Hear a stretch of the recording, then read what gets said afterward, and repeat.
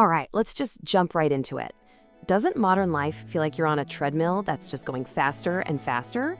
You're always moving, but are you actually getting anywhere that really matters to you? Well, today we're digging into a really fascinating idea that suggests an ancient fix for this super modern problem of burnout. So, does this question kind of hit home for you? You know the feeling. You're juggling a million things, emails, notifications, that never-ending to-do list. You're getting stuff done, for sure, but there's this little nagging voice in the back of your head, this feeling of being disconnected, maybe even a little empty inside. If that sounds even vaguely familiar, trust me, you are not the only one. In fact, that exact feeling has a name. According to the book we're looking at today, we are living in what it calls the age of overload. So let's break down what that really means for us day in and day out. I mean, think about it. From the second you wake up and grab your phone, to the moment you fall asleep with a screen glowing nearby, we're just surrounded by noise. And it's not just the dings and the buzzing. All that external chaos creates this really powerful internal pressure to always be on, right? Always available, always producing, always busy. Now here's where it gets really interesting. A #1 best-selling book is out there suggesting a solution that has nothing to do with a new productivity app or some life hack. In fact, it's pretty much the complete opposite. And that book is Stop in the Name of God by Charlie Kirk. And what it proposes is that the real answer to our digital age burnout is actually hidden in this ancient spiritual practice, honoring the Sabbath. And look, I get what you might be thinking. The Sabbath? Isn't that some old, dusty rule? But the way this book frames it, well, it's actually a pretty radical proposal for the world we live in today. So what even is the Sabbath in this context? It's not just about taking a day off work.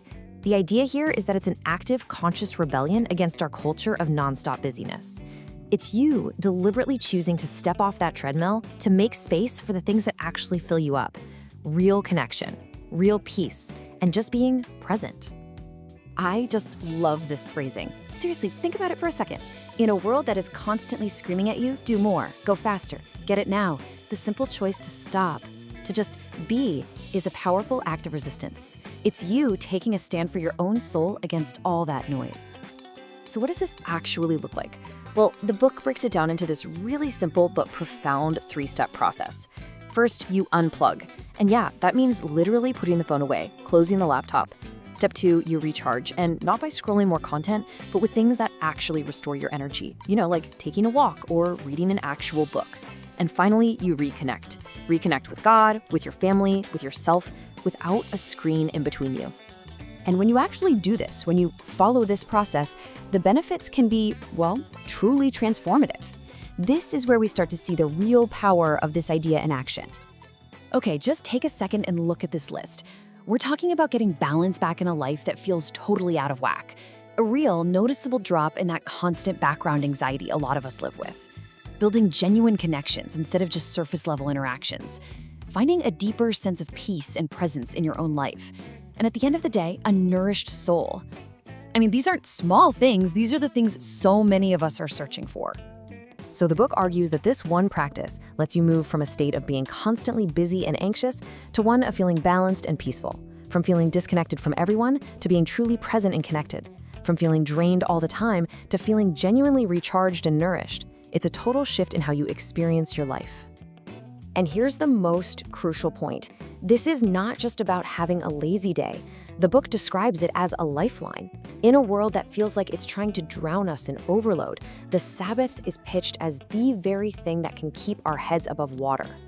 Which, brings us to the biggest takeaway from this whole idea. This isn't just about getting through the week anymore. This is about actually, fundamentally, reclaiming your life.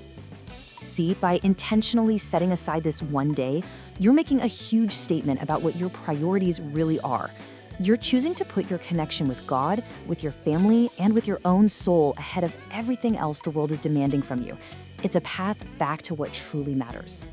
So I'll leave you with this question to just kind of chew on. If you had one day, one whole day, every single week, guaranteed, for nothing but true peace and genuine connection, completely free from all the noise, what would that day even look like for you? What do you think it could change?